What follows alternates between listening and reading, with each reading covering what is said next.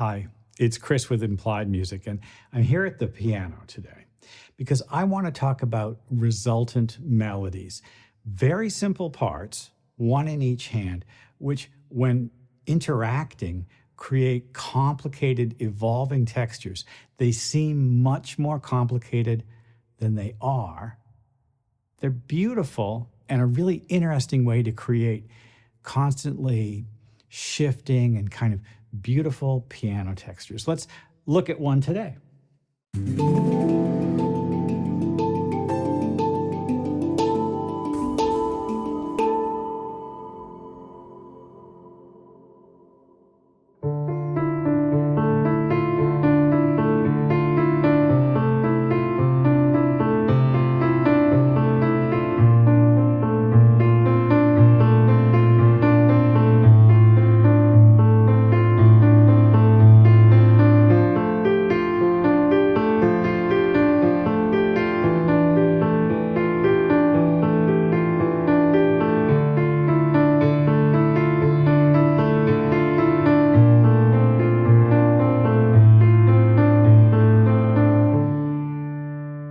Well, how did I do that?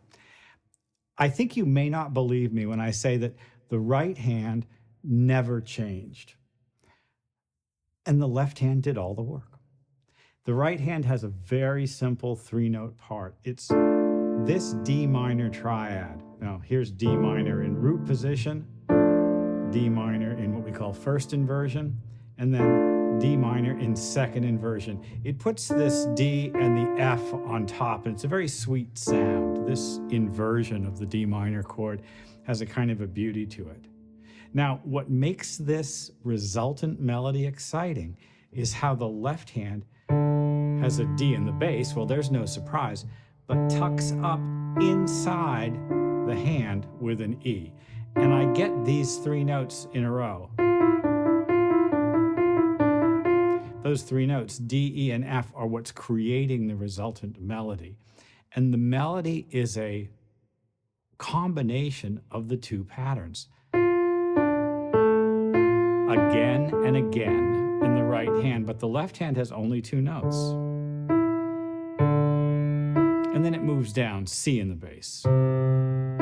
Bit of a stretch, but it's doable because the pedal helps. Then the left hand continues to move down. B flat to C, another ninth, A to C. So first the E creates the resultant melody, then the C creates the resultant melody.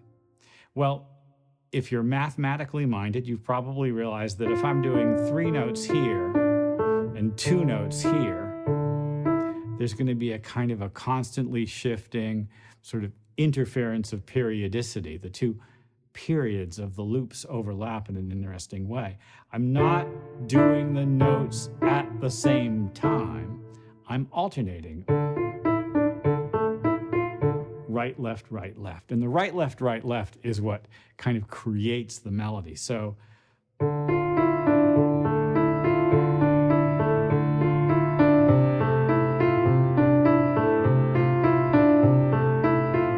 I think now that I've explained it, your ear will probably unlock that sound. Well, it's a beautiful effect. The pedal is helping a lot. It smooths things out.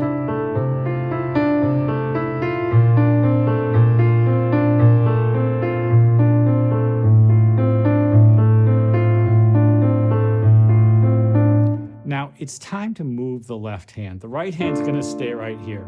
And the left hand tucks up to F and G.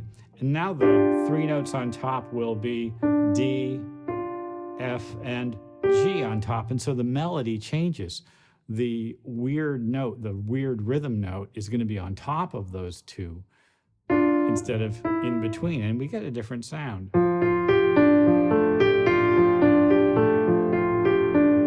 Just like before, the bottom note goes down and the top note stays. I don't expect you to be able to play a tenth. That's unusual. It's piano player stuff. Then it continues down. I'm going to continue down to the D and the E, just like before, maybe follow it up that way. The whole phrase uses I guess you could call it D, C, B flat, A, and then up to F, E, and then some kind of turnaround. And I'll be honest with you, I do it a little bit differently every time.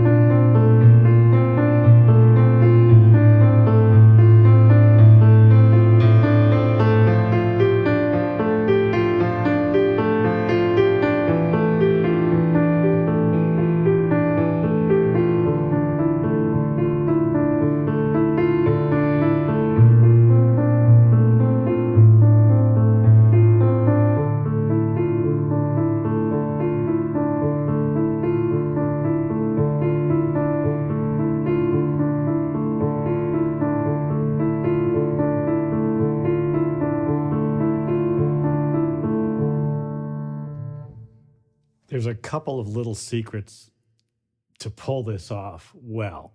And first of all, you're going to have to start slowly.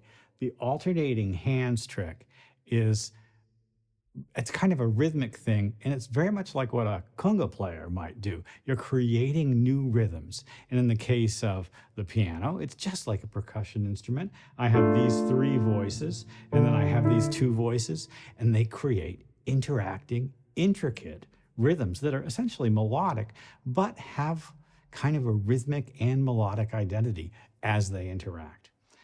The thumb on on anyone's hand is, stubby and short, right? You probably noticed that I didn't use my right hand thumb at all. It's out of the way, and it gives me the possibility of sort of kind of getting things over the top that way. I could maybe add the thumb later on if I need more complicated patterns.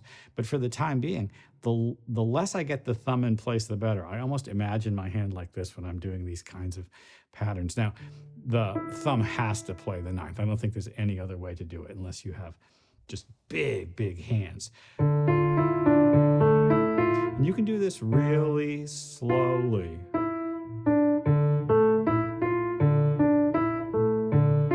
As you begin to practice. And then as it speeds up, it becomes quite beautiful. You probably also noticed I was using my una corda pedal. Watch what happens to the keys as I depress my soft pedal. They actually shift over. Maybe you can see it happening. See them shifting over? The hammer shifts over and it hits only 1 or 2 strings instead of all 3 strings. And the sound becomes softer and a little more muted. The tuning actually changes a little bit. It's a big difference on my piano. Listen to the difference. Here's just wide open.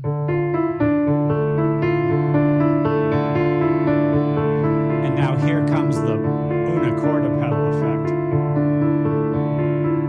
It becomes more delicate and sort of transparent and a lot quieter. And then brighter and springier.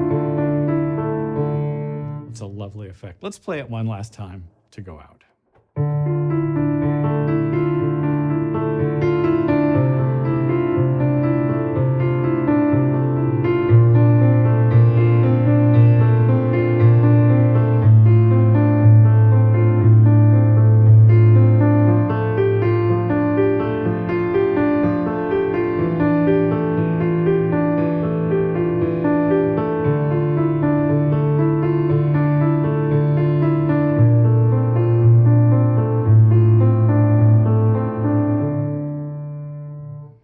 Well, I hope this has been interesting, and I hope it's been useful. Try it yourself. If you've got a keyboard, you can do this with, any synthesizer patch that kind of has a little percussive quality to it. It needs to kind of have a little bit of sproing to it in order for those attacks, for those articulations to be clear.